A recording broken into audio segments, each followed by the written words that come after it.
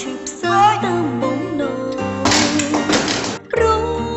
នន់អងលាក់បាញ់កើតពិត